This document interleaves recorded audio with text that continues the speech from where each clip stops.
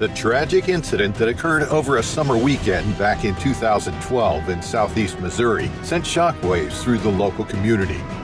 What started as a relaxing week-long camping trip to celebrate the 4th of July along with his birthday brought Terry Brown's destiny to a premature end. Hit like and subscribe. This is Fierce. Elsinore native Terry Brown, age 50, was camping near the Current River along with his family. They decided to go on a family camping trip in the heart of Missouri to relish in the summer sun in the hopes of taking part in a double celebration.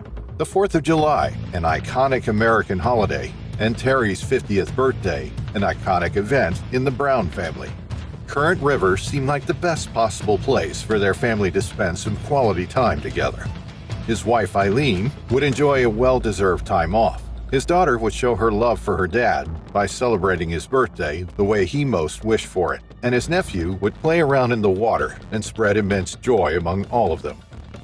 But most of all, he just wanted to enjoy some peace and quiet in the beautiful nature that surrounded the campsite, and maybe even explore the park during a few hikes through the woods. Nothing that would strain him, however, as he complained of some chest pains a few days prior to leaving for the camping trip. He thought nothing of it, though. Terry's plans would soon prove to be awry the moment he encountered a venomous snake.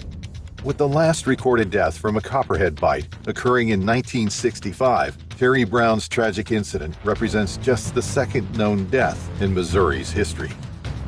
With a heat-sensing pit between each nostril and eye, the medium-sized eastern copperhead snake has a robust build. It has dark brown bands that resemble hourglasses and is gray, copper, tan, or pinkish tan, with markings often edged in white. Large dark gray or brown spots with a cream color border that partially overlaps the body's sides can be seen on the belly. For most of the young eastern copperheads and some of the adults, the tip of the tail can be yellow.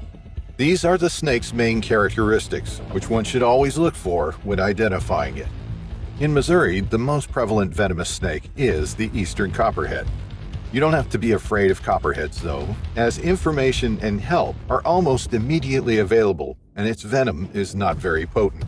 They can easily be distinguished from other Missouri snakes and avoided because of their unique appearance. The copperheads of Missouri are pinkish tan in color, with dark brown markings resembling hourglasses or bow ties running the length of their backs.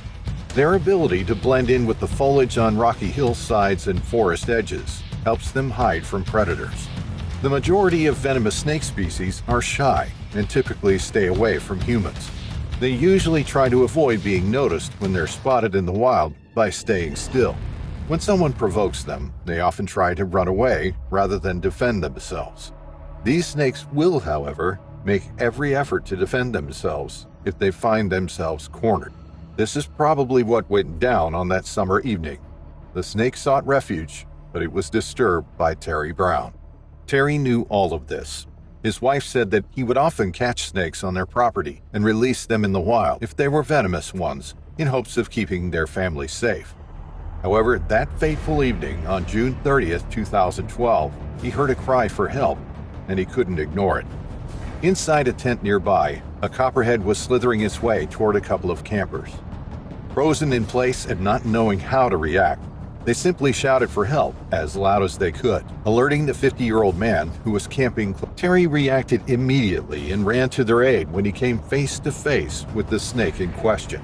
Not a usual snake at all, but also not one he hasn't seen before, so he was confident he could get it out of the tent easily. The series of events that culminated in Brown's premature death happened very quickly. Brown attempted to remove the snake from their shelter slowly and steadily. He approached the snake with a gentle heart and hoped to end the matter rapidly and ease the minds of the terrified campers. The copperhead had other plans, however. Just as Terry had finally managed to catch the snake, its fangs caught the man's thumb in a ferocious bite. As he fell to his knees in pain, the snake ran away from the tent, where tragedy struck the Brown family. Terry's loved ones started to panic as the 50-year-old man felt the repercussions of his actions. His heart started to beat abnormally fast.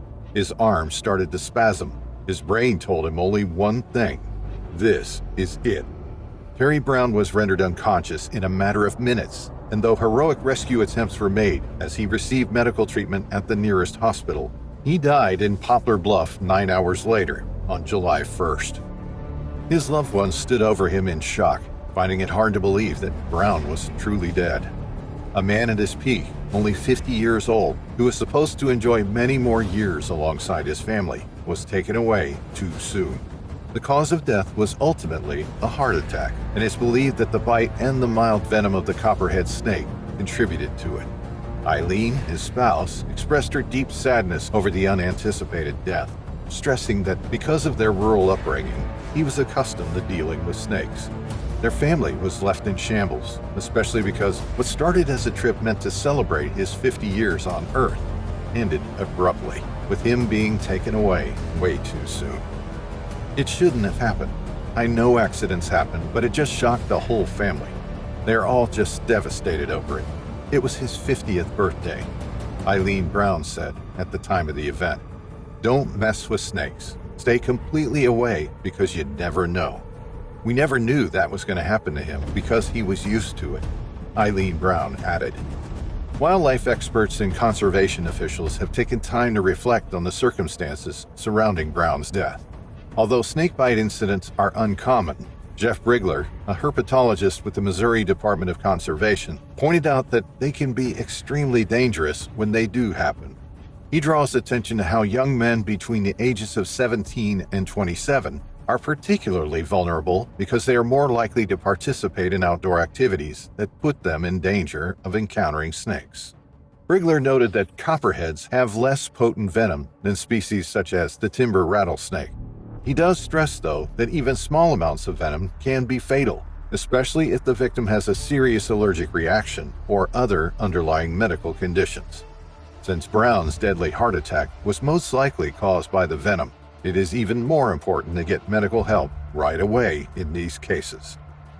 The fact that fatal snakebite incidents are uncommon in Missouri emphasizes how important Brown's passing is as a sobering warning about the possible dangers of interacting with wildlife.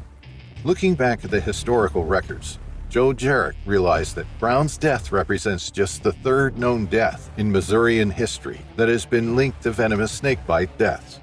The other two incidents happened in 1933 and 1965.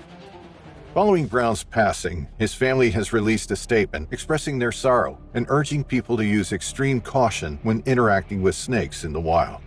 In addition to highlighting the significance of obtaining rapid medical attention in the event of a snakebite, they sought to increase public awareness of the possible risks associated with these interactions. Terry Brown's untimely death serves as a reminder of the possible dangers that come with coming into contact with poisonous snakes in the wild, even those less poisonous. Though they are uncommon, these kinds of incidents can have serious repercussions, no matter how much of an expert in handling snakes you are.